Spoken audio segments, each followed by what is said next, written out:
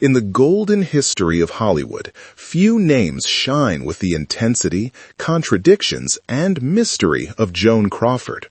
Her figure, wrapped in glamour and unbreakable discipline, embodied both the splendor of classic cinema and the hidden cost of fame. To millions, she was the image of the strong, sophisticated, almost indestructible woman.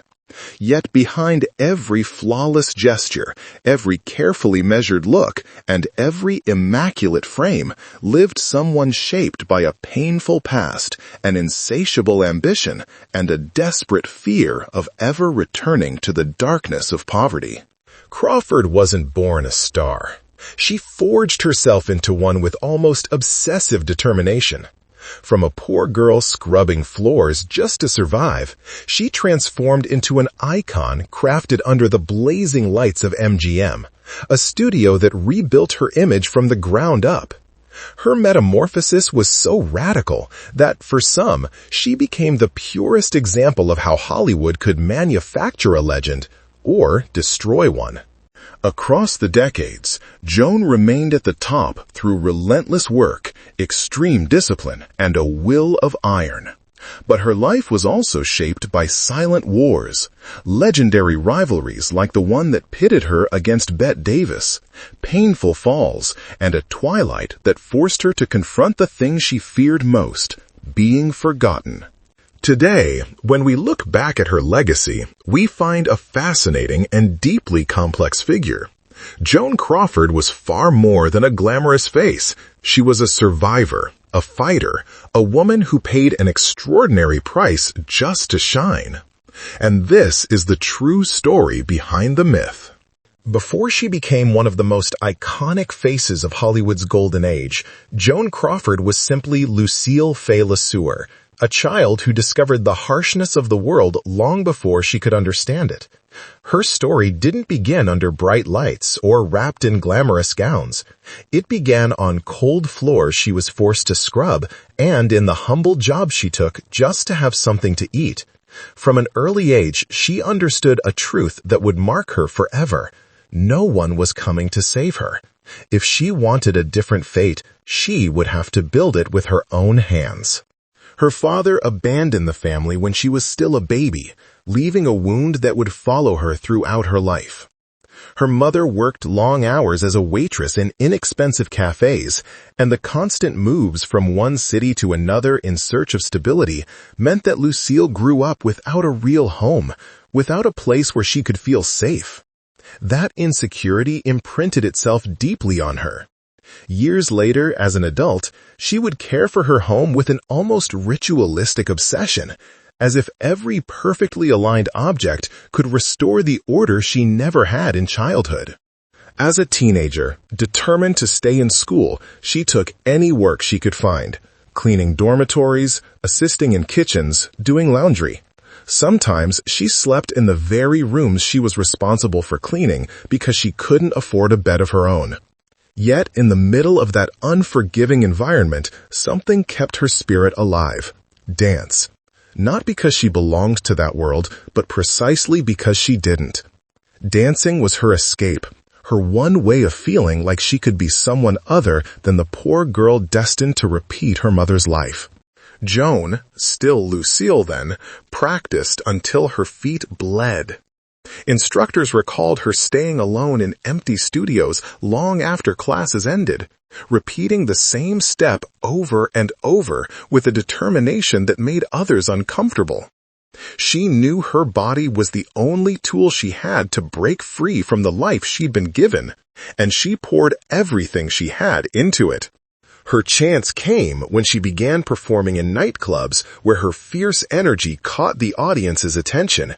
She wasn't the most technically polished dancer, but she was the hungriest, the most determined, the one who lit up the stage with a mix of strength and vulnerability no one could ignore.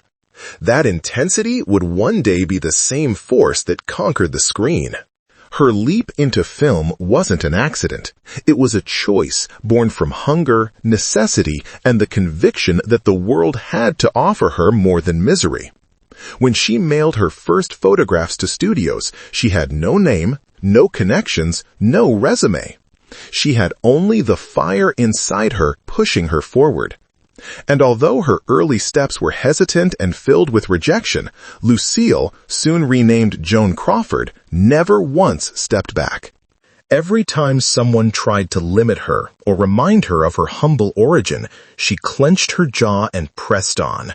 Her childhood hadn't just shaped her character, it had forged her into a fighter, a woman who understood from very early on that survival required constant transformation, that to go far, she would need to rebuild herself again and again, and that to shine in a world that had never wanted her to begin with, she would have to fight with her entire soul and every inch of her body.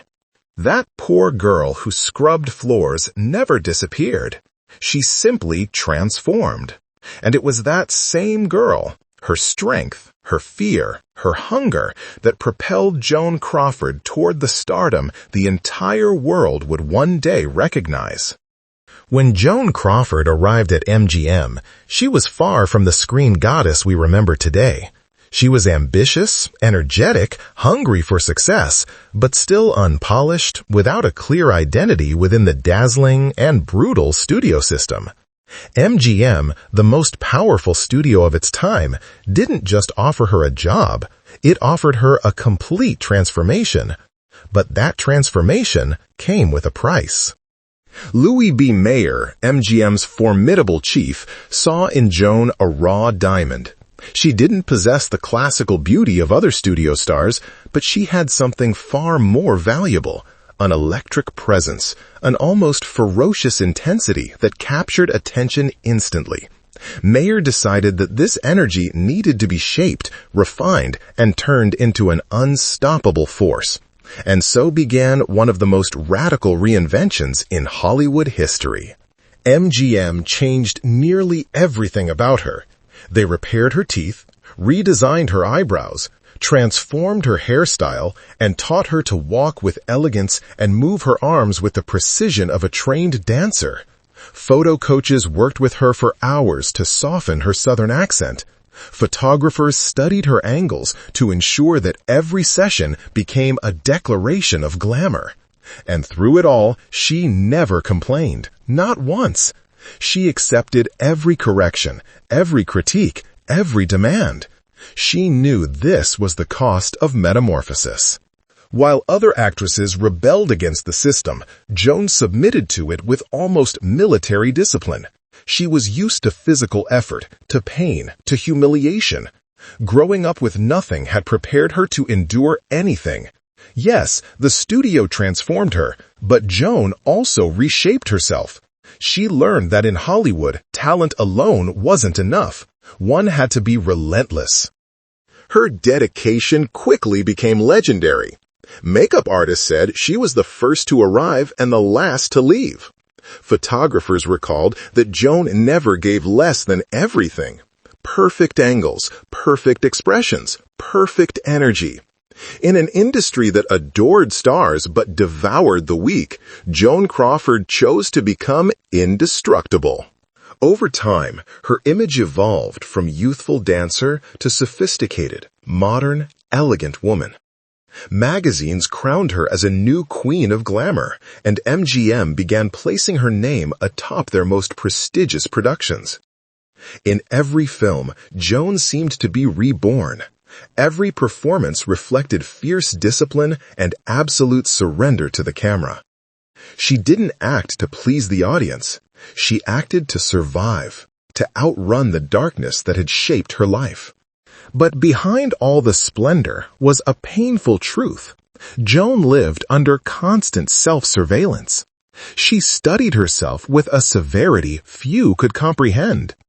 In her home, she installed a private projection room where she watched her films alone, taking notes on every imperfection.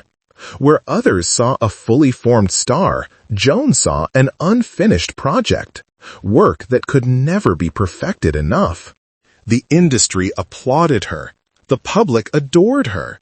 MGM had turned her into a legend. Yet that transformation carried a heavy emotional cost. She was no longer Lucille. But she wasn't entirely Joan either.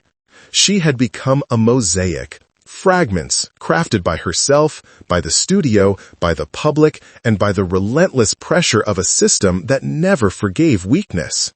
And still in the middle of that merciless machinery, Joan Crawford radiated an incomparable force. Because no one, absolutely no one, had fought harder than she had to earn the right to be a star. By the mid-1940s, Joan Crawford's career was standing on the edge of a cliff. After more than a decade as one of MGM's undisputed queens, studio executives began whispering that she was finished, outdated, replaced by younger faces. In Hollywood, where youth was the most valuable currency, reaching a certain age meant being pushed closer to the exit door. And Joan, who had fought for every inch of her life, felt the studio machinery slowly pulling away from her. When MGM decided not to renew her contract, the news struck like a devastating blow. Joan Crawford, the woman who had filled theaters, set fashion trends, and carried the studio's glamour banner, suddenly found herself unemployed. The sensationalist press showed no mercy. Joan Crawford washed up, the star that no longer shines, the twilight of a diva. They were cruel headlines, designed to wound, and they succeeded. But instead of surrendering, Joan used the humiliation as fuel. She didn't believe in endings. She had never believed in endings. So when Warner Bros. Offered her a role that many actresses had already rejected, people thought it was an insult. The film was based on a novel filled with domestic drama, maternal sacrifice, and raw ambition. The character? Mildred Pierce. The story? A working woman fighting against a life stacked with injustices. The irony was unmistakable. In many ways, Mildred Pierce was Joan Crawford before she became a star. It wasn't glamorous. It wasn't designed for shine. It was a mirror of wounds. And Joan said yes without hesitation. During filming, she gave everything she had. It wasn't simply acting. It felt like survival. The camera captured more than performed pain. It captured the real history of a woman who knew what it meant to fall, to lose, to be humiliated, and still rise again with greater force. Directors, crew members, and actors on set all admitted they had never seen her so committed, so vulnerable, and yet so fiercely powerful. When the film premiered in 1945, audiences were mesmerized. Critics, who only months earlier had declared her artistically dead, were forced to retract their words. And for the first time in a long while, Hollywood spoke of Joan Crawford with respect. Not as a diva of glamour, but as an actress with a depth they had ignored for years. Then came the triumph, the 1946 Academy Award for Best Actress, a historic night, a symbolic night, a night that redefined her legacy. When Joan held the statuette in her hands, the world finally understood what she had always known. There is no force more powerful than a woman determined to be reborn. Mildred Pierce didn't just save her career. It transformed her. It made her eternal. It was the sweetest victory of Joan Crawford's life, not because the world handed it to her, but because she fought for it with the same ferocity she had once poured into dancing until her feet bled, desperate to escape her destiny. And from that moment forward, no fall, no attack, no criticism could erase the fact that she had achieved one of the greatest comebacks in the history of cinema. If there was ever a duel that carved itself into the history of Hollywood, it was the clash between Joan Crawford and Bette Davis. This was not a simple professional rivalry. It was the collision of two opposing forces, two colossal egos, two women who had conquered the same territory through sheer talent, discipline, and a ferocity rarely seen in the industry. Their feud became legend. And like all legends, it was born from an explosive mix of admiration, jealousy, pride, and wounds that never healed. The origins of the conflict trace back to the 1930s, when both actresses competed for similar roles. Bette Davis, known for her impeccable technique and intense dramatic power, viewed Joan as a studio-manufactured product. Too glamorous, too calculated, too perfect. Joan, in turn, saw Bette as harsh, arrogant, and incapable of understanding the tremendous effort it took to maintain an image in a world where every detail mattered. What could have remained a simple stylistic difference quickly turned philosophical. Two visions of cinema in direct conflict. The rivalry deepened when both became interested in the same man, Franchot Tone. Joan married him. Bette was left wounded, and that wound ignited a decades-long war. Years later, Davis would publicly admit, "I fell madly in love with Franchot, but he was too busy letting Joan Crawford seduce him." It was the spark that never went out. The conflict reached its boiling point in 1962 when they starred together in Whatever Happened to Baby Jane, a film that used their real-life animosity to fuel the fiction. The set became a battlefield. Bette insisted Joan exaggerated her fragility to manipulate the crew. Joan accused Bette of being aggressive, dismissive, and intent on dominating every scene.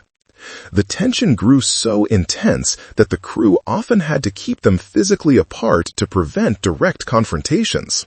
Stories from the set became the stuff of legend, Joan allegedly insisting that Bette carry extra weight during a scene, Bette claiming Joan hid weights under her costume to make physical scenes more painful, and Joan Crawford, Joan's daughter, later recalling that the hostility was tangible even off-camera.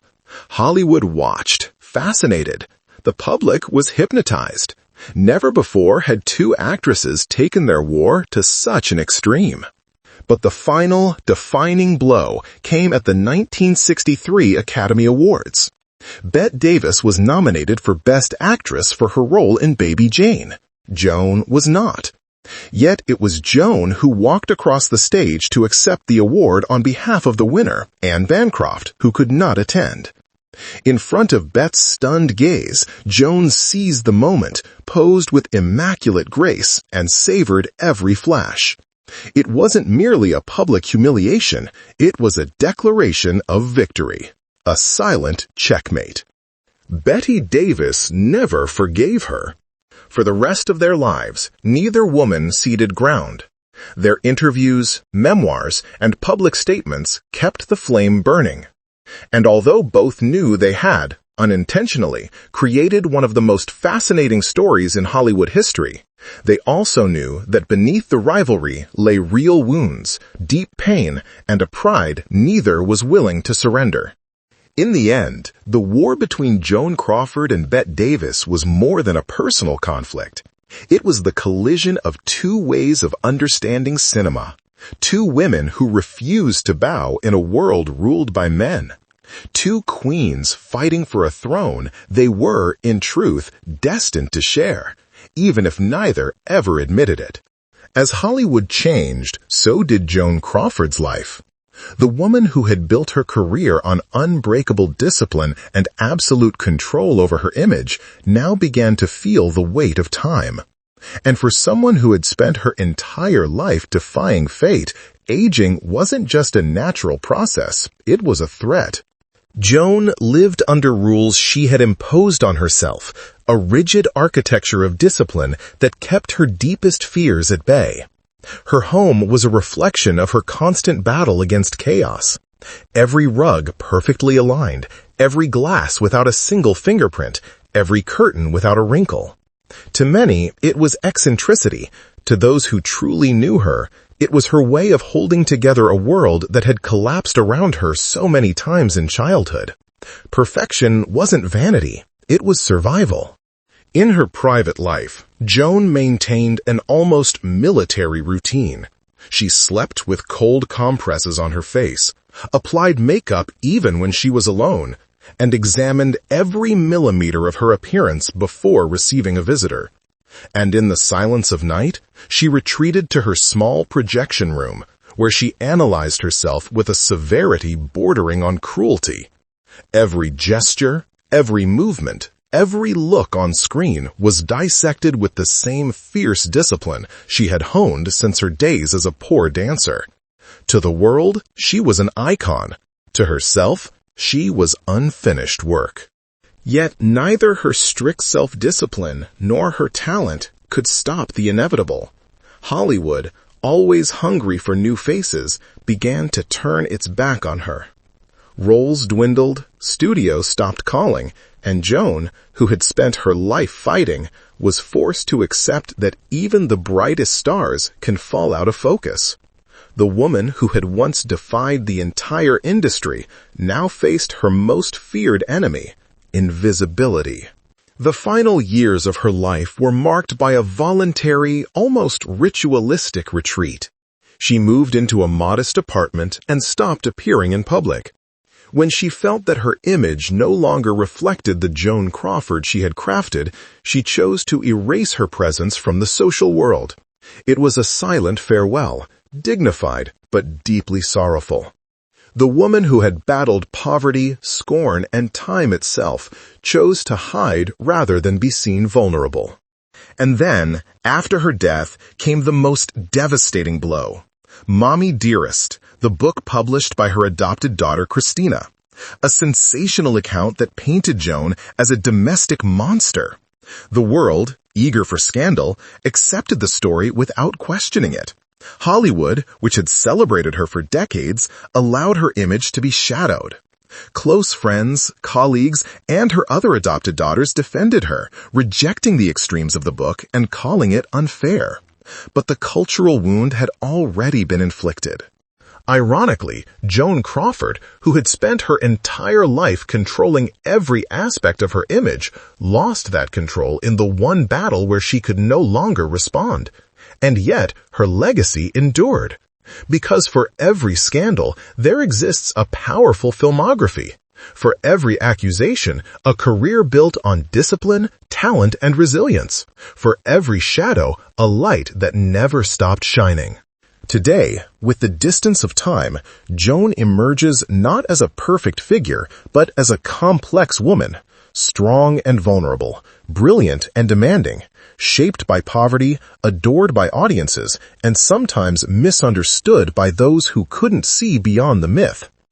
Her story is a reminder that even the titans of cinema were human, and that the pursuit of perfection, when born from fear and pain, can create a legend, but also a lonely destiny. The story of Joan Crawford is not the story of an ordinary star. It is the story of a woman who reinvented herself as many times as necessary, who fought against a world determined to forget her, and who transformed every wound into a source of strength. From the floors she scrubbed as a little girl to the most prestigious stages in cinema, Joan never allowed her origins to dictate her destiny. She became the architect of her own legend. Her life was shaped by profound contrasts. Iron discipline paired with hidden vulnerability. Dazzling glamour carried alongside a constant fear of abandonment. Overwhelming success shadowed by the loneliness of nights without cameras. Joan Crawford was a woman who gave everything she had to remain in the light, even when that light grew cold or unforgiving. And through every battle, public and private, she moved forward with a determination few could ever match. Time has reshaped her image. To some, she is a symbol of Hollywood's golden age. To others, a woman surrounded by controversies. But to look at her legacy honestly is to recognize that she was, above all, a survivor. An artist who turned fear into power, defeat into rebirth, silence into strength. Today, when we return to her films, we rediscover something that never changes. Her gaze. That intense, defiant, vulnerable, and proud gaze, capable of crossing decades and reminding us why Joan Crawford became eternal. Behind the myth lived a real woman, complex, imperfect, brilliant, deeply human. And perhaps it is precisely that humanity, flawed and luminous, that ensures her story will never stop moving the world.